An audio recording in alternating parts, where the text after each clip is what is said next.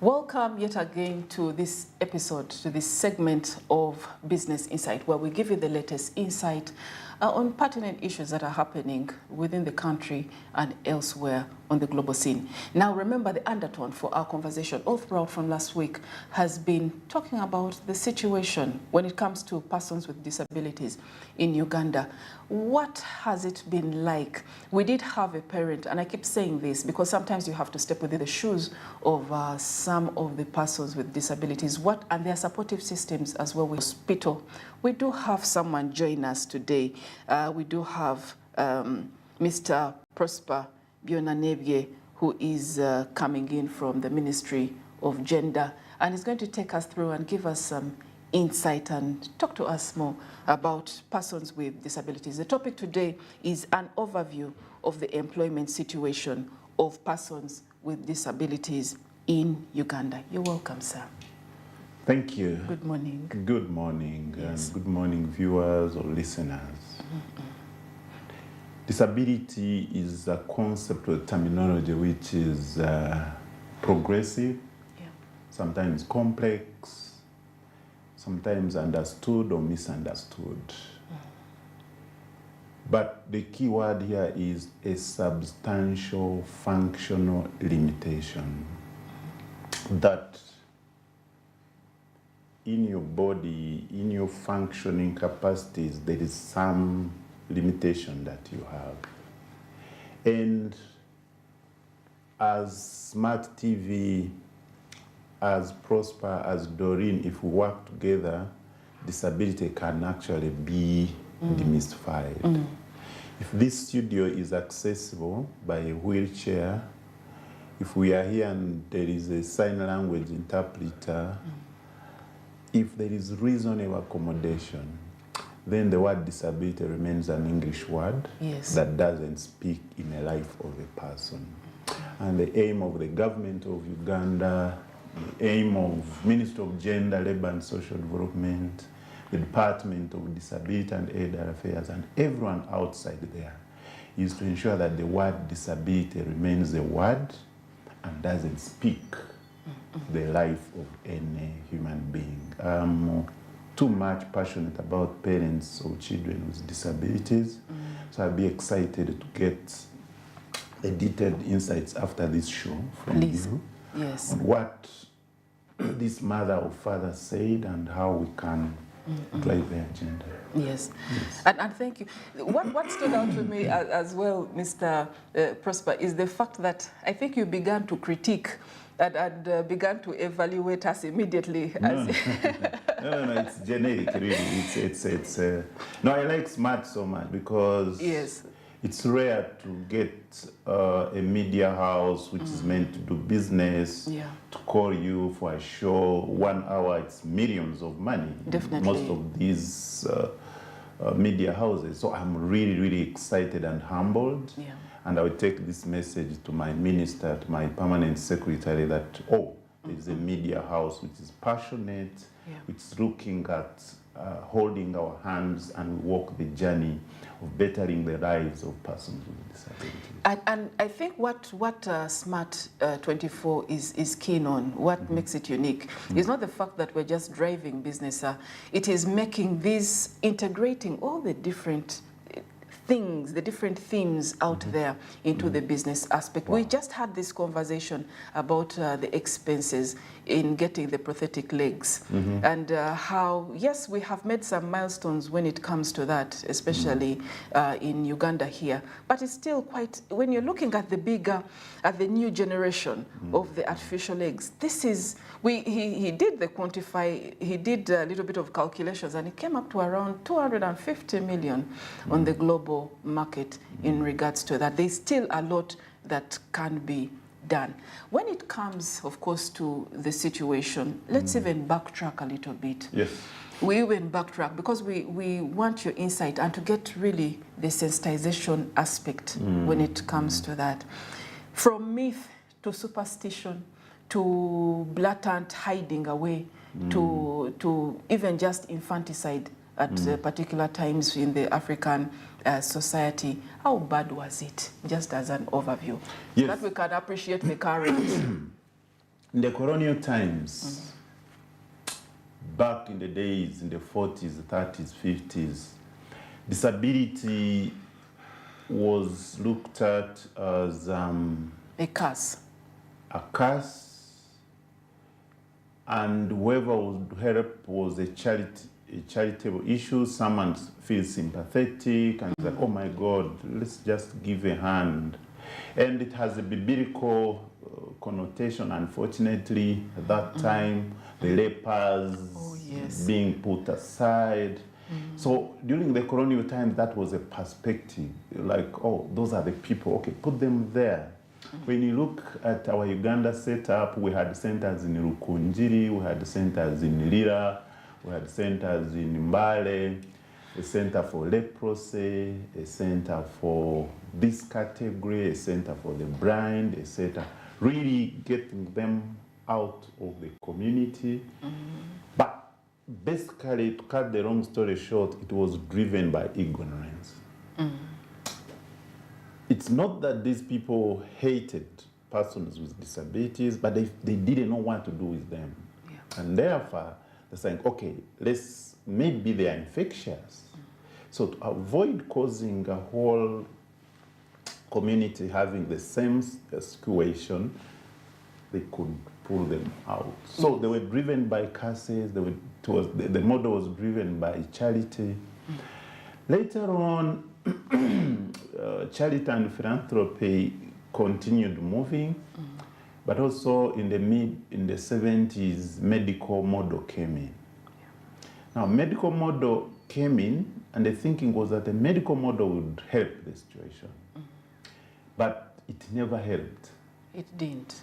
It looked at a person with disability as a patient. It looked at a person with disability whose leg needs to just be cut, and that's it. And that is it. Diagnose, treat, and that's it. Yes. Hand over to the home, to the community, whatever. But this is a community which has not been empowered on how to deal with these two legs which have been cut. yes. This is a community that doesn't know how to deal with someone with both hands. Amputated. So you have handed over, and sometimes with some equipment, with a wheelchair, but the community doesn't know how to use a wheelchair, how to adjust it. 1 year down the road, a wheelchair, the child has grown. And it's still stuck in the The same. wheelchair is in the same, and those days they were these conventional ones. So actually, wheelchairs started causing secondary disabilities among the children, because then the family doesn't know how to adjust and doesn't know that actually the child has outgrown Yes. the wheelchair. So there was nothing to teach the family, to teach the community on how to deal with the disability, on how to accept and therefore cope with the situation. So in the 90s and 2000, we come to the social model. Yes. The social model tries to come in now to answer the challenges with the medical model, and we came with a concept called CBR, community-based rehabilitation. It says, no. It's not, this is not a patient, just, no. You can be born differently. So you are looking at disability as a disease, that you are going to remove this disease and someone gets better. No. This is a lifelong. It's a lifelong thing. I mean, someone is born short, another one is tall. Someone is born with sight which is clear, another one low vision. Yes. And then you don't, when you look at it as a disease, as a jigger that you can remove in the feet and someone is good to go, you miss the point. So the social model tried to comprehensively critique the medical model and say, let's really move together. Let's not look at this person as a patient. Let's look at this as a human, a God's creature, but we have differences in the way God created us. Now, from 2015 to date, we went to the human rights model. So now, we no longer want things to say disabled. Oh, yes. We are a person with disability. We no longer want to hear things like some disabilities are severe And others are minor. No. They are all the same. Disabilities It's disability. are equal. It's me, the owner, who knows how it feels, and it's only me who can share it. Okay, it's me who can tell the gravity. It's me who knows which reasonable accommodation I deserve or I require to get. And indeed, in 2006,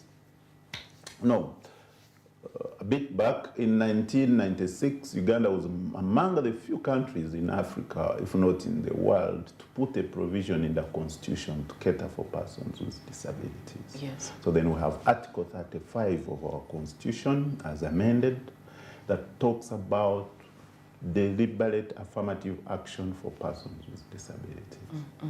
And in 2006, when member states, the UN, went to Geneva to come up with the Convention on the Rights of Persons with Disabilities, indeed, Article 27 of the Convention now went into employment. Because the thinking then was that this is a group that had been excluded, but through the social model and human rights model, we realize it's not a group, it's us. We are all over the place. Instead of grouping them. Yeah, exactly. Oh. What we used to look at as a group somewhere is us. Some of us have disabilities, they are not disclosed. We are moving with them. Yes. Some of us actually, the visible ones may look severe, But the invisible ones. But the invisible one actually is more substantial and it is constraining the performance of the person. So then we had the convention signed off in 2006. 2016, we have Uganda, a team from UN come to Uganda to check how we are moving. And employment, unfortunately, was one of the challenging scenarios across the world, but Uganda also was lagging behind. And this is Article 27 of the UN Convention, where member states are expected to promote employment, but we are not yet there. And today we shall try to dive deep into what the law says, what stakeholders are doing, and areas for improvement. To me, we cannot negate that something has been done. Yeah, sure. And that's the reality about it, that something has been done. That's true. All the way from diagnosis, looking at it from the medical aspect, coming into the person in the environment, yes, context, looking at it from the social, through the social perspective, and then of course coming down to the human rights. Now, you get to see, and as you spoke, immediately, it was as if it was a flashback, like a landscape, from one part to another to another. Has our language also moved on? The main, I would want to say categorically that I was still in the era of saying disabled persons until I was corrected by Commissioner Biona Nebye to say persons with disabilities. Now, how many people, it has such blurred lines that even as it is moving from one landscape to another, yes, one particular perspective, one particular model to another, elevating, you seem to find that within, we the citizens, we still, even with the language, sometimes you can even be insensitive, but still quite ignorant that you are insensitive. Yes. Yes. When it comes to the global standards in the way we should be addressing things, it is very easy to make a mistake. To make a mistake, you call a person a midget or a dwarf or a short person, you could be fined, you could be sued for something like that. How do we quicken our understanding of some of these terminologies? Is it through sensitization? How do we quicken this in Uganda? Because clearly we haven't reached there, even as there has been progression in the landscape. I think from our research as Minister of Gender, Labour and Social Development, one of the challenging areas we see is the local dialect, the local languages. In Uganda, we are there. Most of the radio media houses that I listen to, we use the word abantu abaliko obulemu. Yes. Abantu abaliko obulemu. So we are no longer using Kasiru, whatever word.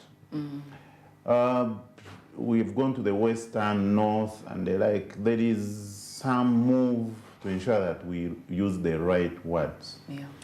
In the Mental Health Act, we have removed the lunatics. It was a word that was being used. In the legal framework, unsound mind, it's a word that we are struggling with on how to get a better terminology. For unsound mind. Yes. If it is not sound, it is No, bad. our challenge is start with a person with a mental illness, Capacity, with yes. a mental something. It's, I mean, Do it's not a human being. Don't just say. To avoid labeling. Exactly, exactly. Like I have a problem, or we have a problem with NSSF, invalidity benefits. So when you Google on the website of NSSF, and it's not NSSF alone, it's All over. I think we adopted the colonial terminologies. Invalidity benefits basically is about disability. So how do you make a person invalid? So invalidity benefits, when you dive deep into what they mean, is because Prosper has lost both legs, so he goes for invalidity benefits. Really? So what is a person? If I'm How going are for they? the invalidity How are benefit. they viewed? Exactly. If you're not valid, you're. I mean, no, just say functional limitation benefit. Yes. Yeah, I had my both legs and arms working, fully functional, but I've lost both legs and arms. Now I have functional limitation. So you call them functional limitation Instead of benefits. invalidity. But I mean, Prosper, go for invalidity. I mean, you are registering as an invalid human being? No. And this is the conversation we are making, and I'm happy we are here at SMART. And I'm glad SMART is adding a brick in making sure that this message sinks all of us outside there, Yes. that these derogatory terminologies are taking us Backwards. They are taking us to the curse era, the witchcraft era, where we had no understanding of what this is. You can't be calling someone invalid or to go for invalid benefits. Yeah. You can't be calling someone disabled. No, we are saying is a person with a disability. Is a person with a certain impairment. Is the person born differently. Yeah. Is the person, behaving differently. Children with cerebral palsy, when you look at them, when you're not careful, it's like any other child. But with time, you get to see a couple of differences. And you must be very, very cautious, really, to see it. Children with hydrocephalus, in the village, people start laughing like, oh, the child has a big head. Well, the child, of course, is having a disability. Unfortunately, we have a big problem of early detection because we don't have the skills. The health centers in the villages, the cadre that's running these health centers, do not have the skills. Do not have the skills. Actually, say, hey, wait a minute, this is going to be hydrocephalus. And that's why I was saying the parent who was here to talk about disability, I would be interested in finding out more. So when you look at spina bifida, yes, the back and gets twisted. Exactly. It means during the fetus development, some part didn't close well. So you have sort of an injury or a place which is not fully closed. Yeah. It's not everyone clearly see. You give birth to a baby and, later on it starts. And you go back with a baby, normal. Yeah. A few weeks. Until you begin to see a bend or two. Something. And then, before you know, because you were coming from the witchcraft model, the first contact would be some traditional healer at the village to give some herbs and the like. And before we know, we do secondary disability, unfortunately. And then, hey, man wagunda ine bango. Like Bamuroga, Yeah. You remember the mother used to quarrel with the mother-in-law. And you know, then immediately it is now cast you on the conflict. remember how they almost fought? They now begin to look for different gaps so don't in even waste conversation. time, men. Don't waste time going to Coastal Hospital that you're going for surgery. Kumbe, you could have done early intervention, and then we do corrective surgery. And the same happens with clubfoot, the same happens with all other different disabilities. All. We had this conversation actually, looking at the magnitude, it keeps widening further and further. Sure. We had this discussion about not only just the health system and the different inabilities of the personnel to actually identify, but when it comes into the education system, now that we are moving straight into employability, into the employment, when it comes to the employment, to the education system, knowing that every new day a new learning disorder comes up, or an inability comes up, a disability comes up, how best do they even get to equip and talk about autism? How best do they get to equip and talk about OCD and all these different challenges that are out there? Which one falls within the brackets? When I came here and I was, and we had a guest here, the very first thing I asked is, what are the brackets of disability? So that we don't have the average Ugandan getting out there and say, yes, my heart was broken, I'm disabled. Can I have access to this grant? Can you please give us as well some pointers on what qualifies as disabled persons, just quickly? As a person with disabilities. A person with disabilities, and I'm still learning with you. Thank you. Yes. There's a thin line, and possibly I will go back to the definition: substantial, functional limitation. So one, it's a limitation. So a person who presents with a limitation. So you're supposed to enter this studio easily, be here, and you're supposed to sit on these seats like any other person and talk to the audience.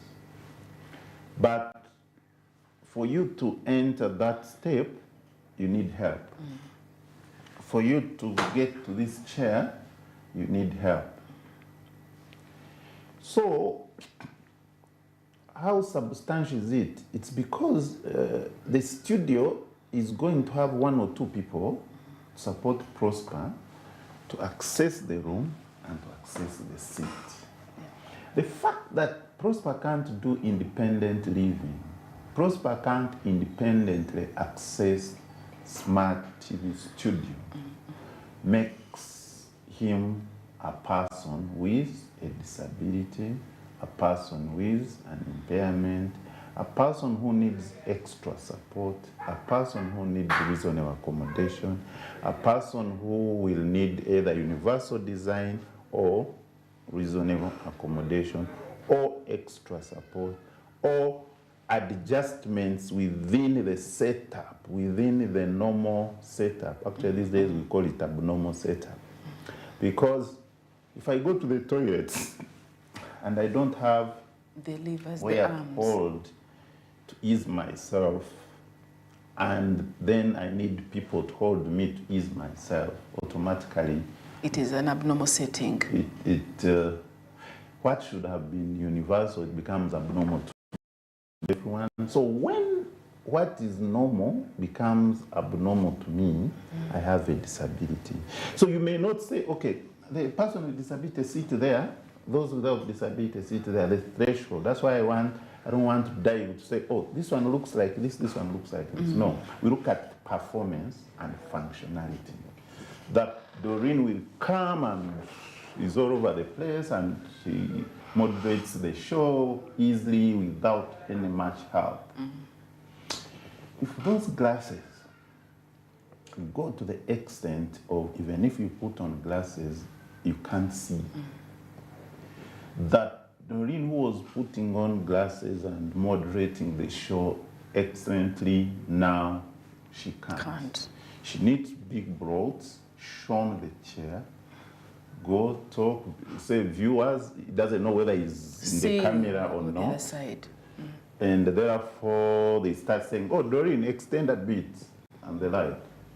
Now you need reasonable accommodation. Now you're a person with disability. However, you realize that when I sat here, I was told my camera is the other one, so I need to be watching there. You know, disability becomes then an English word.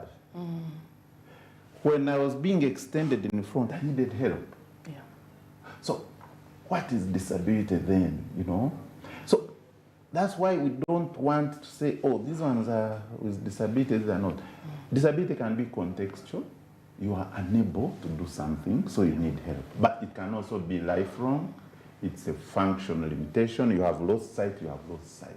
And therefore, in your day-to-day functioning, you need additional help, which you never needed before. And that's where we use the word rehabilitation. The one you are born with, we call it habilitation. Oh. When you get support to live with what you were born with, yes, it's habilitation. It is habilitation. When you lose something, and now we are restoring, we are trying to restore, then it is rehabilitation. And we are learning. I hope you are learning with me as we are here talking to Commissioner Prosper Byonna-Nebye from the Ministry of Gender. Let's take a short break and we will be right back after this message.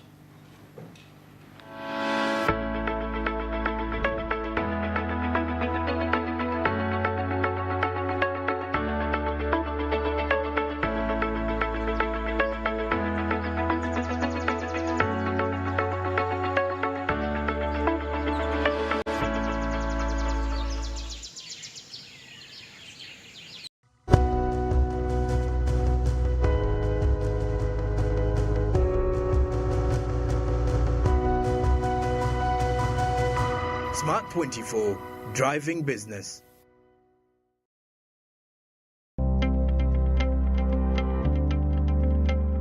Amanya gange nze Nasoro Jamida nvira mu Kalaji era nga ndi beka mbekinga amandazi, donuts ne daddies, mbadde mbekinga ne kekisi era nga maze mu weeks 2 nga traininga wano nyongeddeko obukugu kubanga mbadde nyina skills ezimu ze mbadde sirina ng'okubekinga emigaati mbadde sikimanyi, mbadde simanyi kwayisinga cake, how to manage a business, manya nti ebizibu by'aba customer, how to find a market, mbadde sibimanyi byonna, nzuula nti akatale we kali, naye mbiyize mu weeks zino 2 ze mmaze nga ndi mu training eno.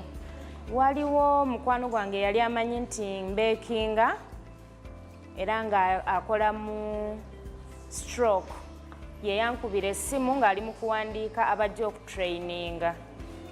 Nankubira essimu nange ne bampandiika ne bampita n'enzija. Obubaka bwe nnyina eri purojekiti ya GROW nti okututraininga tukuguse era naye tubuzaamuko ka GROW capital. Tubulamuko ka capital kubanga twetaaga okuba ne machines. Naye tetusobola kwetuusaako machines nga bizinensi zaffe tukyayingiza omutwalo gumu ewiiki. Tubadde tubulamu ka capital tusobole okwongera ku nnyingiza yaffe, tusobole okukola ki? We tunayongeza ku nnyingiza kitegeeza tujja kuba tusobola okugula machines. Obubaka bwempa abantu abaliko obulemu naddala ba vision. Omuntu bw'atunuulira omuntu alemu naddala obw'amaaso alowooza tasobola kufumba, of which si kituufu. Mulekerawo okwenyooma, musituke, mukolere wamu, tuleme kufuuka mugugu eri abo abantu be tubeera nabo. GROW, generating growth opportunities and productivity for women enterprises. Moment has arrived. Closer to your champion. Sakani Fumine, 100-meter sprinter. Patrick Chinyemba, flyweight category. BMX racer. Athlete Worknash Masala Barada. Stay connected for every medal moment from the 2024 Paris Olympic Games. Get closer to your champions. with Supersport on DSTV, the home of entertainment. Mama nyabo, ino internet wenyukanga ekizungirizi. Ate kamera ya yolumamyo. Banange ebyandaka ku boggo. Guno mugano gwennyini. Funa kabodi supakati ku nsimbi ezisaliddwako ng'otandika kusinza emitwalo 49 zokka. Usasule mpola mpola sinsi 833 buli lunaku. Weewangulire omugano gwa kabodi supa okuva ku MTN Christmas eno. Weefunire gibbi 2 eza data wa MTN buli mwezi okumala emyezi 8. Weegambulire kabodi supa kati okuva ku dduuka lya MTN wonna mu ggwanga. Everywhere you go, MTN. Ekolera wansi w'amateeka ga UCC. We all have that friend, always by your side for the big moments. Alina drama munji. And sometimes akuteka ku pressure. But it's always there to celebrate your wins. Where would we be without our BFF? This season, enjoy the best football moments with your hashtag BFFGoTV. Get GoTV today to enjoy all the best football live on Supersport. GoTV Uganda. Love it. Cooking oil like no other makes your meal so sweet and scrumptious. The taste of Uganda. Yeah, the taste of Uganda.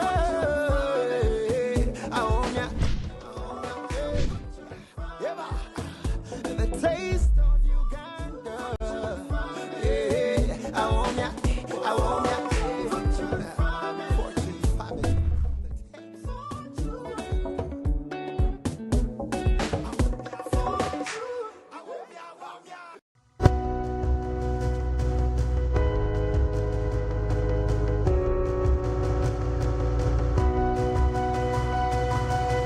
Smart 24, driving business.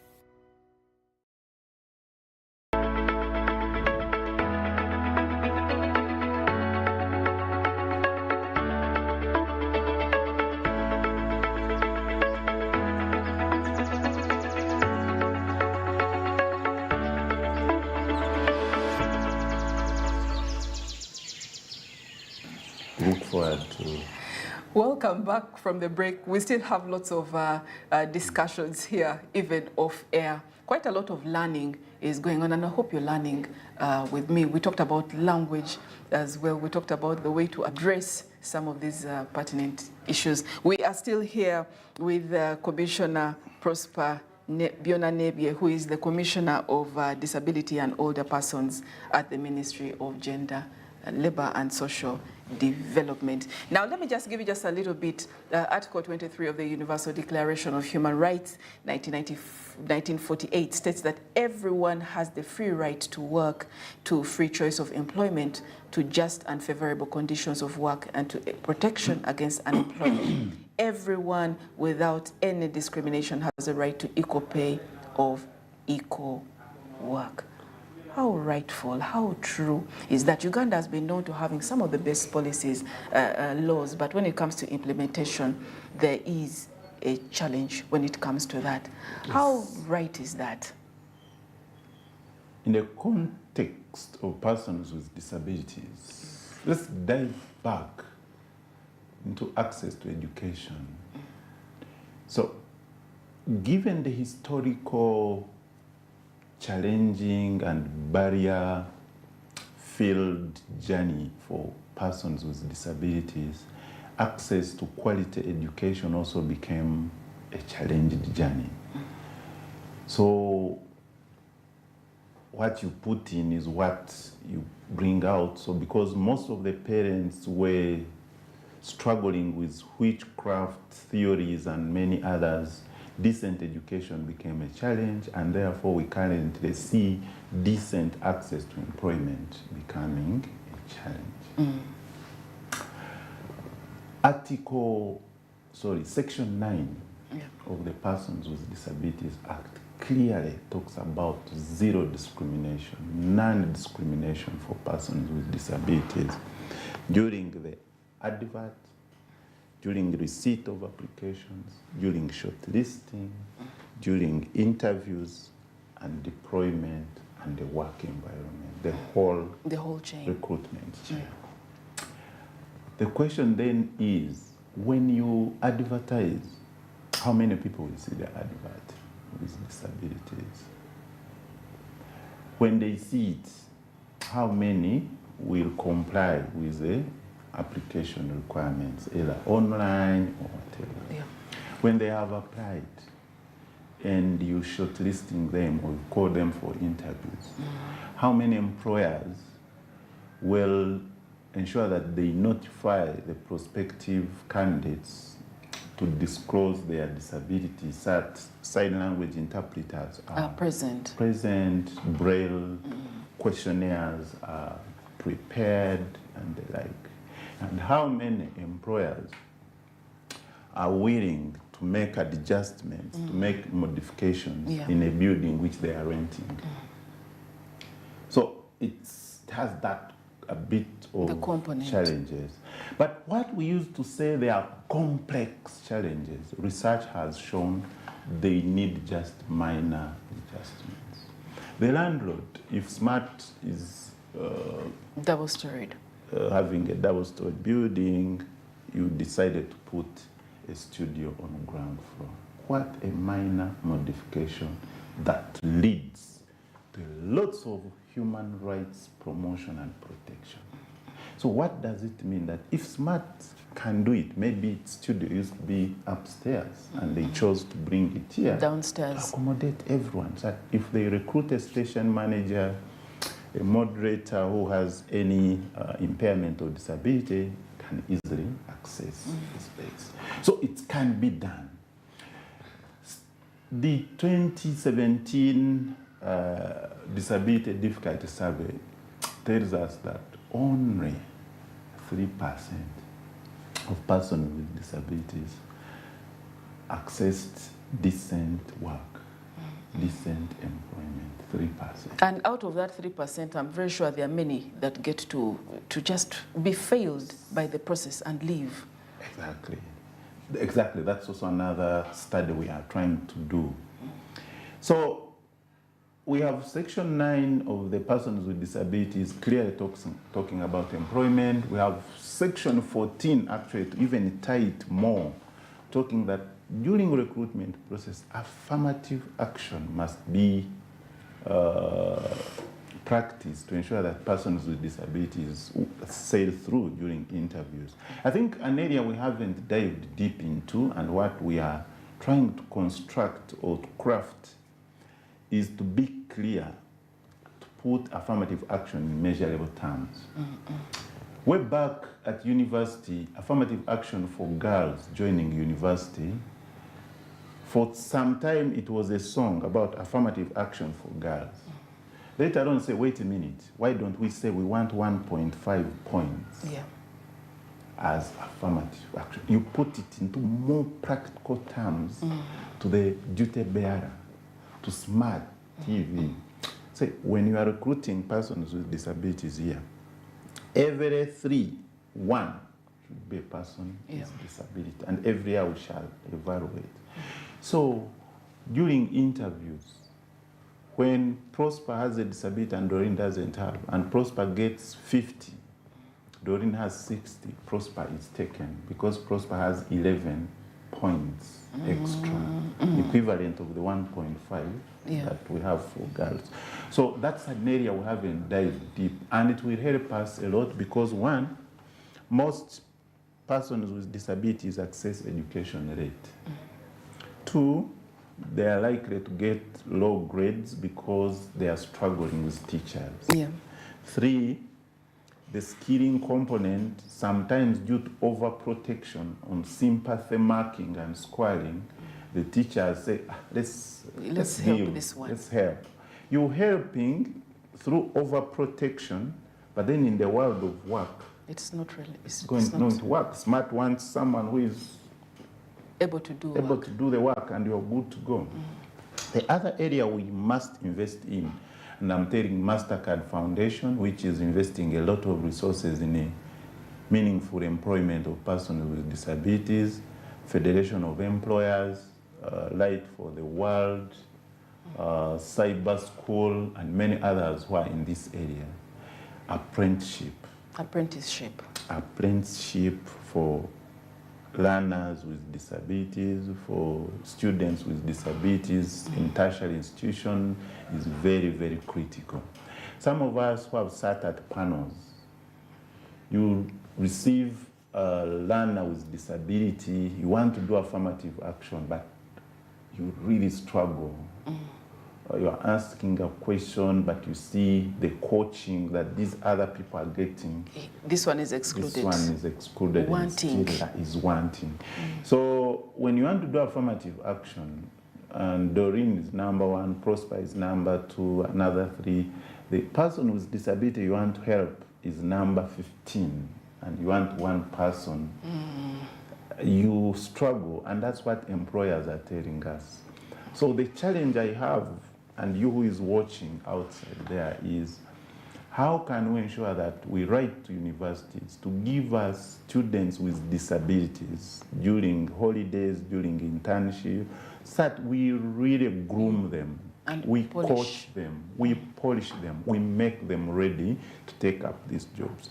The disability fraternity, or persons with disabilities fraternity, don't want sympathy. They don't want you to say, we gave him a job because he's a person with disability. No. They want empathy. They want equity. They went to school, they are not seeing the teacher on the chalkboard, but they are learning. The person, we learn through verbal and non-verbal communication, but one is using one channel of communication. And we have all graduated as lawyers. But you remember that this one was learning in a very difficult situation. Yeah. He just needs a bit of adjustments, a bit of modifications, a bit of coaching and mentorship and polishing. All of us need polishing, but we are saying, let's do something else. Let's do reasonable accommodation. I want to distinguish between meaningful inclusion of persons with disabilities in employment and reasonable accommodation. Meaningful inclusion was the right word. Meaningful. Yes. Yeah. Meaningful inclusion in work, in business, in taxation, in everything. But when it was being debated in New York, the business community feared the word meaningful. Yeah. Is it because it's purposeful? Yeah, would they prefer that it should have been purposeful instead of meaningful? No. They now opted for reasonable. Reasonable. Yes.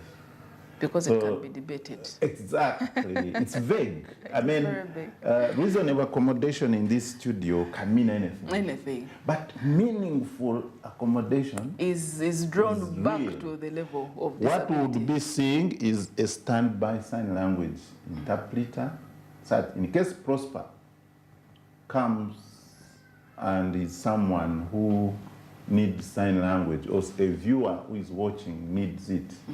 The chairs, if in case a person with short stature comes in, if Prosper, Doreen didn't know Prosper would be a person with short stature. Yes. So this board and the chair, they needed to have been adjusted before for meaningful inclusion.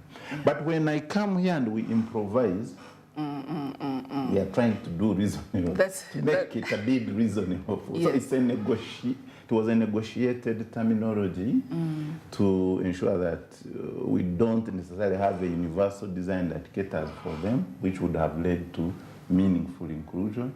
But so long as they can maneuver. You talked about lifts at workplaces.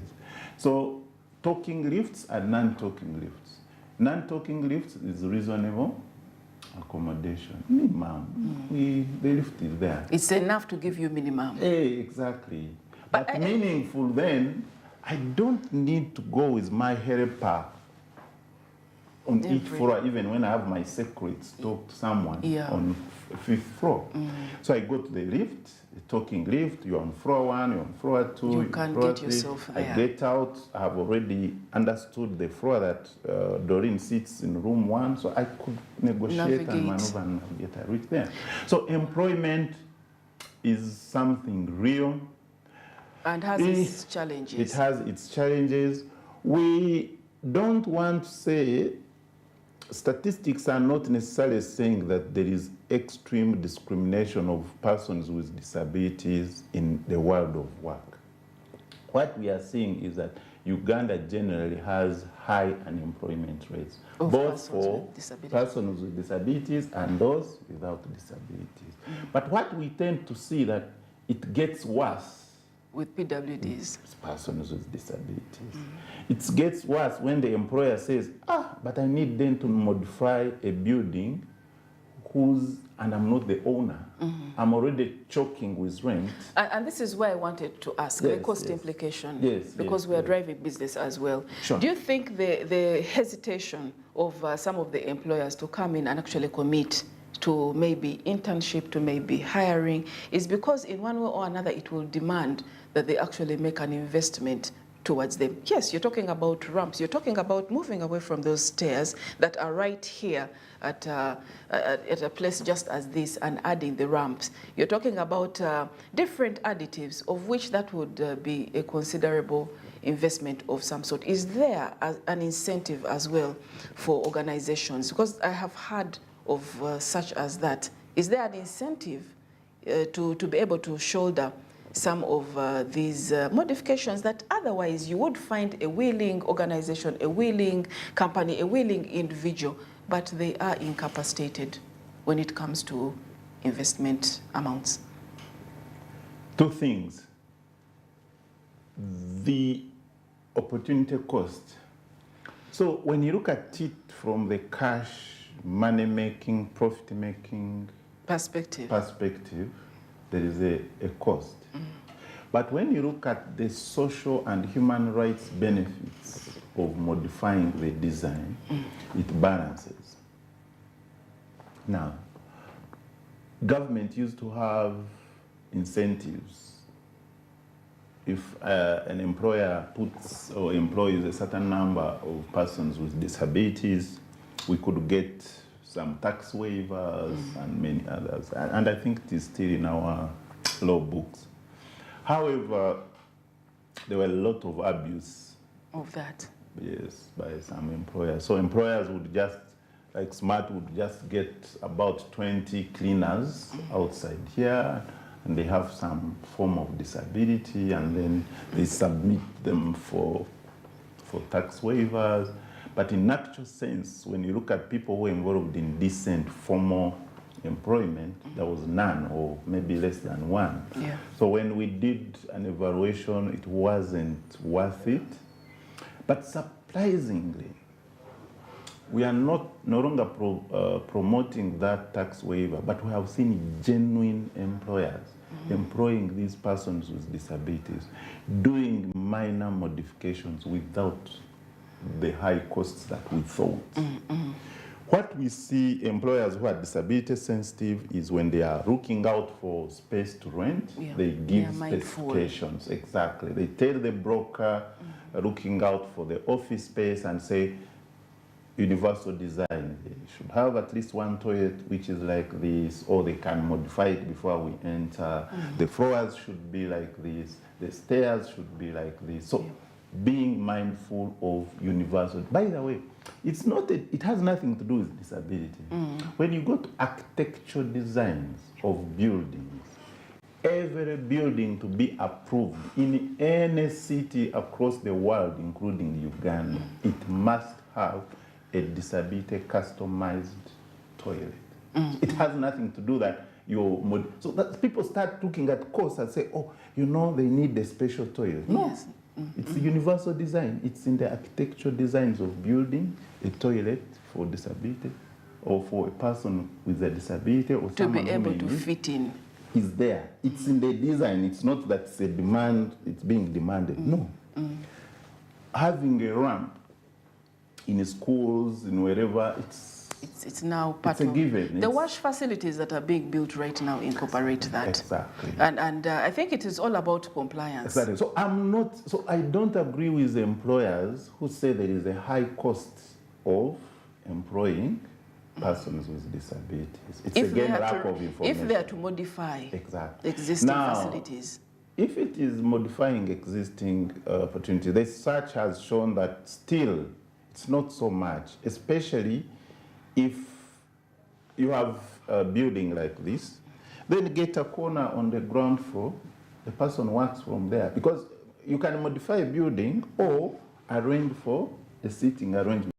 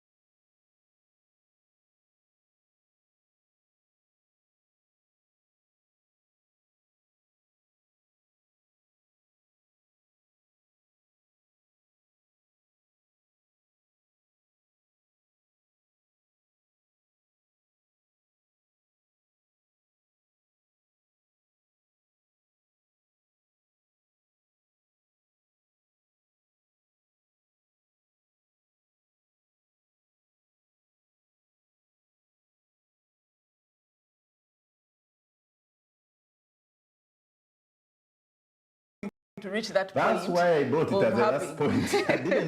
I didn't bring it as number one. Yes. And as you put it, let's not wait. Yeah.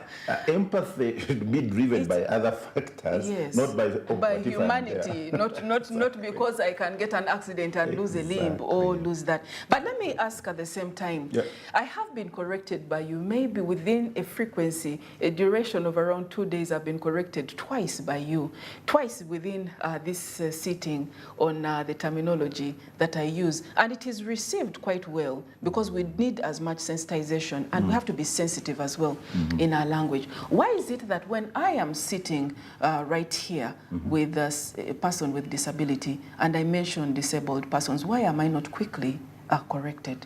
By who? By the person with the disability. So I can, because if you don't correct me, I will not know. I will not know. Is it coming from the point of they are not knowing, or it is low levels of assertiveness?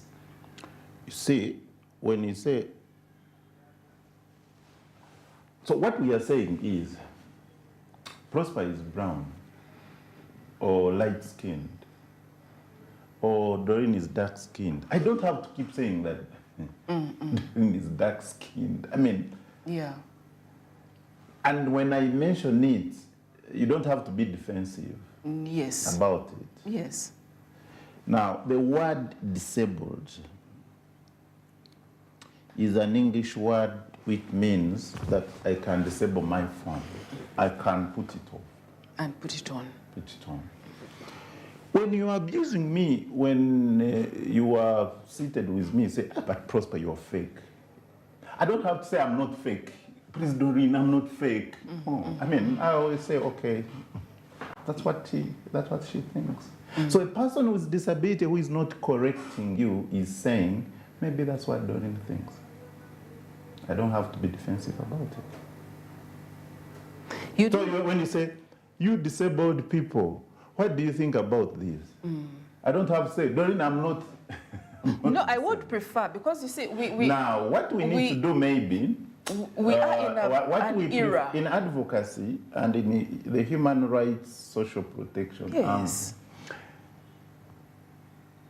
we think when we talk, if I have a disability and I'm the one to champion how I should be called, it's like...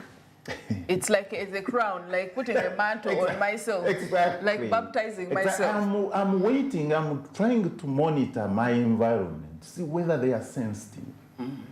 Before I even talk. Yeah. Can Doreen and Prosper change a million outside there? Speak for me, to appreciate me, to know that I'm not a disabled phone, I'm not a disabled human being, but I'm a person who has a certain impairment, a certain disability, a certain disorder somewhere.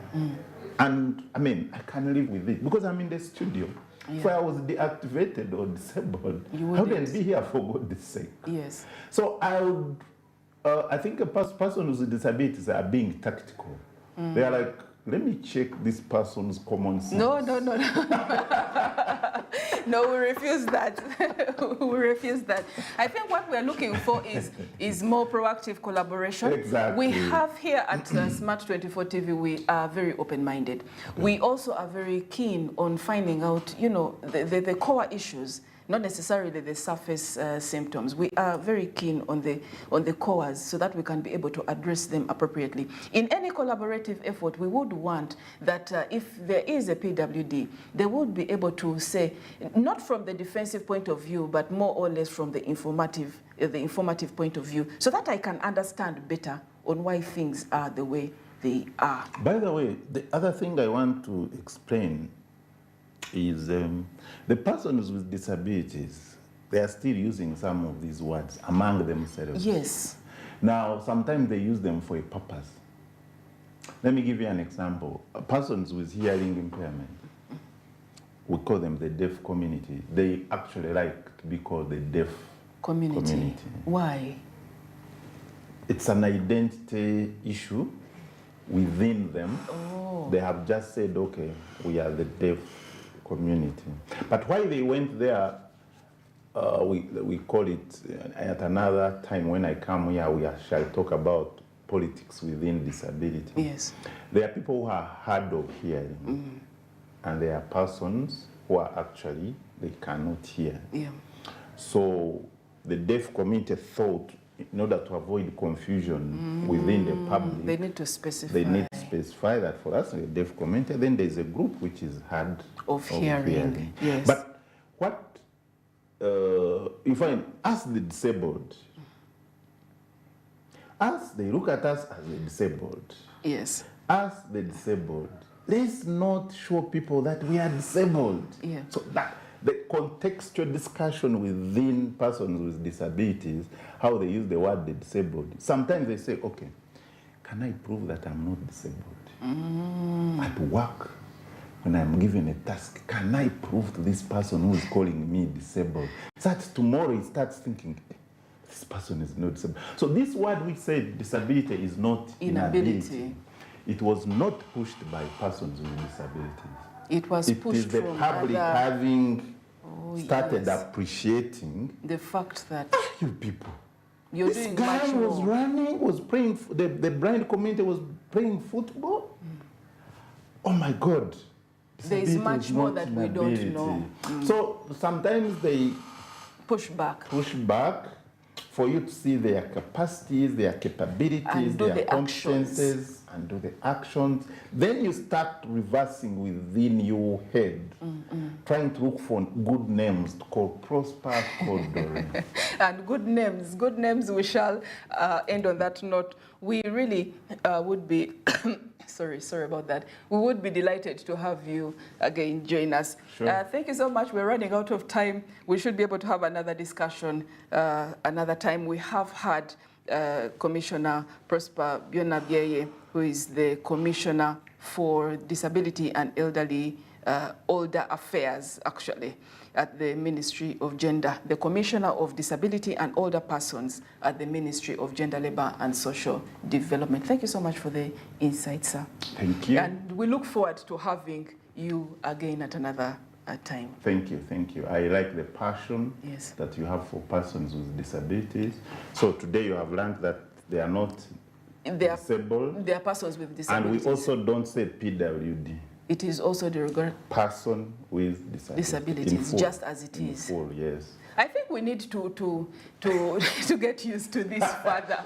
But this is Smart means this is Smart 24 TV Business Insight. Join us, please, again next time, Monday to Friday, 9 a.m. to 10. I've been Doreen Kemcha. Thank you so much for joining us. Have a nice day. Bye-bye.